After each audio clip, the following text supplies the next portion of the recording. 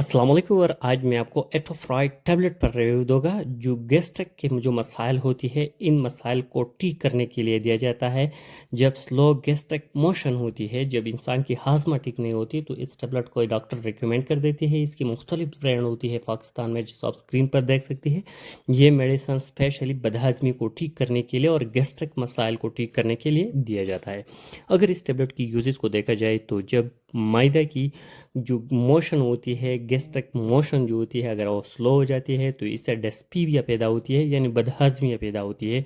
इस बदहज़मी को दूर करने के लिए दिया जाता है। साथ इंसान की जो पेट है उसे बड़ा बड़ा इंसान महसूस कर देती है, नाज़िया होती है यानी मतली की कैफियत पैदा होती है, उल्टी की कैफियत पैदा होती है, ब्लोटिंग की मसाइल होती है, पेट में दर्द होती है, मरोड़ होती है, गैस होती है, इस जैसे पेट में आवाज़ें आ रही है।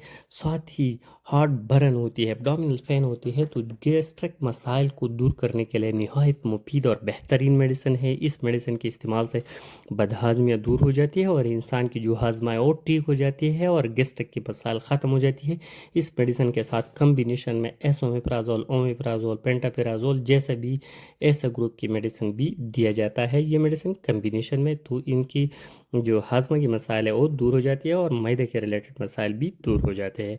अगर इस मेडिसिन की साइड इफ़ेक्ट को देखा जाए तो इस इस्तेमाल से समय चक्कर आ सकती है, वर्टिगो हो सकती है, कॉन्स्टिपेशन हो सकती है, यानी खबत पैदा कर सकती है, लेकिन रेयर केसेस में इतना ज़्यादा नहीं है। अगर प्रिकॉशन को देखा जाए कि कौन से लोग इसका इस्तेमाल नहीं कर सकते, जो लोग इससे हाइपर सेंसिटिव हो, एलर्जिक हो, इनको नहीं देना चाहिए।